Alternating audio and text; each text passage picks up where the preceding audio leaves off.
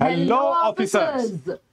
कहते हैं ना कि बैंकिंग में सिर्फ पढ़ाना, कॉन्सेप्ट समझाना या बैच कंप्लीट करवाना इंपॉर्टंट नहीं है, और एसएसए की हीच खूप मोठी गोष्ट आहे। अरे बॅच करून आम्ही तुम्हाला सोडून कुठे देतात? तुमच्या सोबत एसएसएचा इतका मोठा सपोर्ट असतो, ते टेलिग्राम म्हणो की मेंटोरिंग म्हणो की इंटरव्ह्यूचा प्रिपरेशन म्हणो किंवा सायकोलॉजिकल काउन्सिलिंग म्हणो, त्या प्रिपरेशनसाठी माझ्याकडे खूप मुलांचे मेसेजेस आहे। मॅडम मी नॉन एसएसए आहे, पण मला ना तुमच्या डिस्क्रिप्टिव्ह ग्रुपमध्ये ऍड करा, कारण की सध्या सेंट्रल बँक ऑफ इंडियाच्या 1000 वेकेन्सीज आहेत। एसबीआय पीओ येणार आहे मॅडम, मला प्लीज डिस्क्रिप्टिव्ह ग्रुपमध्ये ऍड करा। किंवा मॅडम मला ना सायकोलॉजिकल, पर्सनल, करिअर काउन्सिलिंग पाहिजे तुमची। तर मग काय करायचं? ऍक्च्युअली तुम्हाला आता हे जे पण डाऊट्स विचारतायत ना, मला वाटतं की आम्ही वीकली टॉक 250 घेतला होता। तर वीकली टॉक 250 मध्ये पण मी खूप जबरदस्त तुम्हाला स्टडी प्लॅन दिला होता, आणि तो मी एकट्याने नव्हता दिला, पूर्ण टीमने त्याच्यामध्ये सगळे इनपुट्स दिले होते। मे बी त्याच्यामुळे पण मॅडमला तेवढे मेसेजेस येत असतील, आणि इनफॅक्ट मॅमलाच नाही, खरं तर बाकी फॅकल्टी मेंबर्सला पण मेसेजेस येत आहेत। त्यांचं तेच म्हणणे की सगळ्यांना ऍड करा, पण आता एवढे सगळे ग्रुप्स आहे आपले, एवढ्या सगळ्या गोष्टी आहेत, आणि काही गोष्टी एसएससाठी आपल्या होत्याच ऑलरेडी रिझर्व्ड, ठीक आहे। तर त्या हिशोबाने पण मला असं वाटतंय की ह्या सगळ्या गोष्टी कशा ओपन अप करता येईल नॉन एसएससाठी, याच्यावर आम्ही बरीच चर्चा केली। मॅम सोबत पण मी केलीच चर्चा, प्लस जुने जे स्टुडंट्स होते म्हणजे स्टाफ सोबतही चर्चा केली, पण जे मुलं सिलेक्ट झालेले आहेत किंवा जे आपले आजी माझी स्टुडंट्स आहेत त्यांनाही आम्ही विचारलं की एक्झॅक्टली कसं करता येईल, कारण खूप मेसेजेस मॅम, आणि एवढ्या सगळ्यांना हे करणं, तेवढी किंमत पण राहायला पाहिजे, आणि तेवढं ना असं सॉर्टेड झालं पाहिजे, म्हणजे क्लॅरिटी पाहिजे मुलांना, जाणीव पाहिजे, मला तरी वाटतंय। आणि त्या जाणीवसाठी पण आपण या ऍक्सेस मध्ये, प्राईम ऍक्सेस मध्ये काय काय ऍक्सेस देणार आहोत?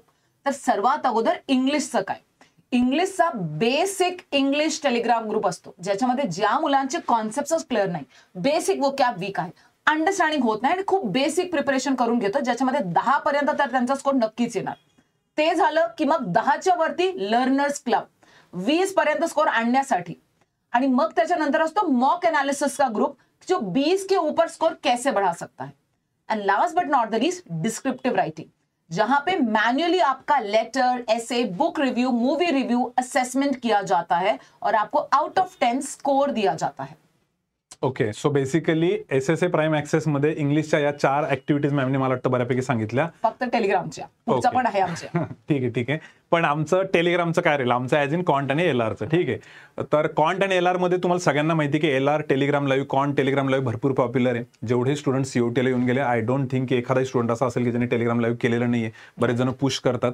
तर ते जे टेलिग्राम लाईव्ह आहे ना, ते एक 1.5 आवर्सचं, 1.5 तासाचं एसएसए टेलिग्राम लाईव्ह असणार आहे एलआरचं, तसंच कॉन्टचंही असेल, ठीक आहे। आणि त्याचबरोबर आपले कॉन्सेप्ट बुस्टर हा एक खूप जबरदस्त प्रोडक्ट होता, जो फक्त एसएसएच्या स्टुडंटसाठीच होता इतक्या दिवस, जो की याच्या पुढेही राहील, पण आता नॉन एसएसएला पण आपण तो ओपन करू शकतो या ऍक्टिव्हिटीमध्ये, या ऍक्सेसमध्ये। सो बेसिकली मॅथ्सच्या आणि लॉजिकच्या 3 ऍक्टिव्हिटीज राहतील, एक कॉन्ट एलआर लाईव्ह, ठीक आहे, कॉन्टचं सेपरेट, लॉजिकचं सेपरेट, आणि एक कॉन्सेप्ट बुस्टर राहील, ठीक आहे। त्याचबरोबर मला वाटतं ह्या तर टेलिग्रामच्या ऍक्टिव्हिटीज झाल्या, पण याच्या व्यतिरिक्त ऑफलाईन ऑनलाईनचं कसं राहील? मेंटोरिंग, ऑफलाइन मेंटोरिंग में होता क्या है कि बच्चे का अब मेंटोरिंग रिकॉर्ड शीट बनेगी, एमआरएस, जसं आपण एमआरआय करतो, सगळ्याच गोष्टी क्लिअर होतात आपल्या समोर, तसंच तुमचा एमआरएस बनणार आहे।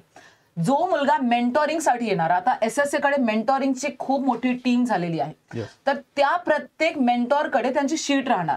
1 तारखेला आलं, तुला हे काम दिलं, आता 10 तारखेला यायचं, करून आलं की नाही आलं, अर्धवट केलं, किती प्रोग्रेस झालं, डिमोट झालं, काय झालं त्याच्यासोबत।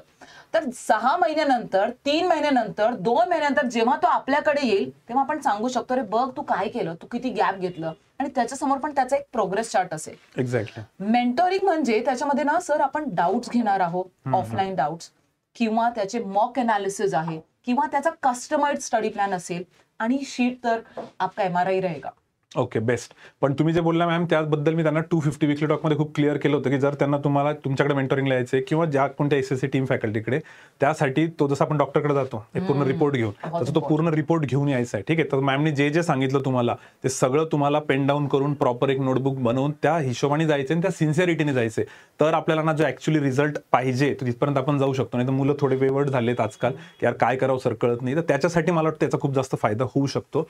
आणि त्याचबरोबर इथे तसे पॉईंट्स तर भरपूर आहे. मॅमनी आता बोलले की तुमचे पर्सनल काउन्सिलिंग पण असू शकते त्यामध्ये, की जर समजा तुम्हाला अभ्यासाच्या व्यतिरिक्त काही इश्यू असतील तर. ते ऑनलाईन पण असणार मेंटोरिंग आणि ऑफलाईन मेंटोरिंग. हा, मॅमने ऑफलाईनचं सांगितलं. आय गेस ऑनलाईनला पण हे सगळं होईल. फक्त ऑनलाईनला कसं राहील मॅम, थोडंसं झूम मीटिंगवरती किंवा कॉल्सवरती राहील. मी तर म्हणेल की त्या झूम मीटिंग्सचे व्हिडिओ पण तुम्ही रेकॉर्ड करून ठेवा, कारण की तुम्हाला जेव्हा नेक्स्ट टाइम सरांना बोलायचं, मॅमला बोलायचं, तर आपण त्यांनी मागच्या वेळेस काय सांगितलं होतं, बऱ्यापैकी आम्ही 250 विकली टॉकमध्ये बोललो होतो याबद्दलच. तर तोच एक मुद्दा इथे.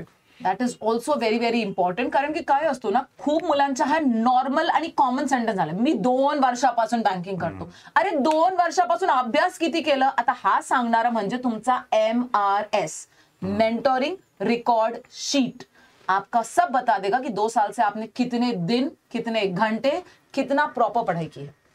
बरोबर. आणि याच्या व्यतिरिक्त मला वाटतंय सर की एक इंटरव्ह्यूचा खूप मोठा कॉन्ट्रीब्युशन आहे.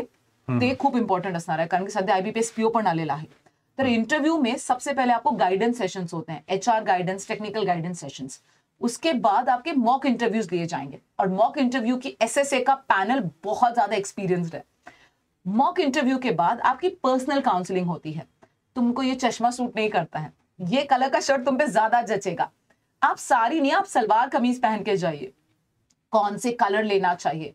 पर्सनल काउंसलिंग में नो डाउट आपका अटायर, आपका ड्रेस कोड, बट मुझे अगर लगा कि नहीं ये बच्चा सीधा नहीं बैठ रहा है, इसकी बॉडी लैंग्वेज अच्छी नहीं है, इसके कम्युनिकेशन स्किल्स इंप्रूव होने चाहिए, अरे डरता बहुत है, डिपेंडिंग ऑन द नेसेसिटी आपकी काउंसलिंग सेशंस भी रखे जाते हैं.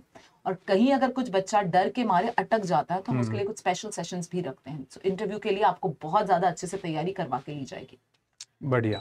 तो मोस्टली याच्यामध्ये सगळंच कव्हर होऊन जाईल, कारण की जसं स्टडी प्लॅनमध्ये पण सांगितलं की मॅम जसं बोलल्या ना की 2-2 वर्ष झालेत, रिझल्ट नाही येते किंवा मी 4 महिन्यापासून करतोय, माझी इम्प्रुव्हमेंट नाही होते, तर याला कोणी ब्लेम नाही करणार आता, कारण सगळं रेकॉर्ड समोर असणार आहे. ठीक आहे, म्हणजे तुम्ही पेरेंट्सलाही सांगू शकता, टीचरलाही सांगू शकता, की टीचरही म्हणाल की अरे अनुसार कळतंय, ते थोडंसं स्ट्रिक्टली फॉलो करा.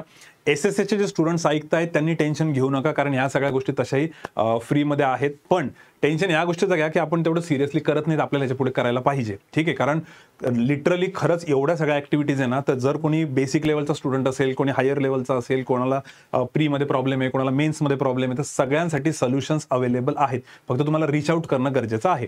आणि सध्या तरी नॉन SSA इतके रिच आउट करत होते, त्यामुळे मग आम्हाला हे डिसिजन घ्यावं लागतंय की एवढ्या सगळ्यांना केटर करणं थोडं मुश्किल होऊन जाईल. मग त्याला एक आपण प्रॉपर सिस्टीम लावू, त्या सिस्टीममध्ये जे जे फिट बसतील त्या हिशोबाने आपण पुढे जाऊ शकतो. ठीक आहे. सो SSAच्या सगळ्या स्टुडंट्सला या सगळ्या ऍक्टिव्हिटीज आधीपासूनच फ्री आहेत, फक्त त्याचा तुम्ही पुरेपूर उपयोग करा. आणि जे नॉन SSA आहे त्यांच्यासाठी आम्ही हे अनाउन्समेंट केली होती, पण ज्या नॉन SSA स्टुडंट्सला इंटरेस्ट आहे हे सगळं करण्यामध्ये त्यांनी प्लीज कम्युनिकेट करा. आय गेस इथे नंबर आलेला असेल. SSA प्राईम ॲक्सेस जर तुम्हाला जॉईन करायचं असेल तर तुम्ही 8421368896 हा जो नंबर आहे त्याच्यावर फक्त व्हॉट्सॲपच करा. व्हॉट्सॲप ओनली लिहिलंय कॅपिटलमध्ये, तर व्हॉट्सॲपलाच फक्त एक मेसेज करा. अनिल सर तुम्हाला लिंक्स वगैरे प्रोव्हाइड करतील. ठीक है, right. End just one last point sir, SSA के बच्चों को भी अब टेंशन लेना चाहिए. Okay. क्योंकि अब इनका भी मेंटोरिंग रिकॉर्ड शीट बनेगा. तो कोई बच्चा अगर मैं 10 दिन पे बुलाऊं और ऋषि सर 15 दिन पे बुलाऊं और नहीं आता है तो फिर उसको तो फटके पडेंगे. फटके पडेल किंवा मग तेवढं एंटरटेन नाही केलं जाणार यार पुढे, कारण मुलं ज्यावेळेस शेवटी म्हणतात ना, पेरेंट्सचे बऱ्याच वेळेस कॉल येतात की यार सर याची इम्प्रुव्हमेंट नाही होते, त्यावेळेस आम्हाला सांगायला होईल की बघा हे सगळं रेकॉर्ड आहे आणि प्रूफ द्यायला होईल. ते तुमच्या समोर तुमचा MRI आहे. आणि इतके दिवसापासून आपण करतच होते, पण थोडं अजून सिस्टमॅटिक वेने चालू होऊन जाईल ते. ठीक आहे. So SSA has taken one more step closer to your result. SSA हर वो चीज देना चाहता है आपको जो आपके एक कदम रिझल्ट के नजदीक लेके जाएगा. तुम्हाला ती जाणीव पाहिजे. आम्ही तयार आहोत, तुम्ही आहात का बघू. यस, नक्की लवकरच भेटू आपण. चलो, तर या नोटवरती एंड करू. Thank you so much and see you soon. Then take care. Bye bye. Bye bye.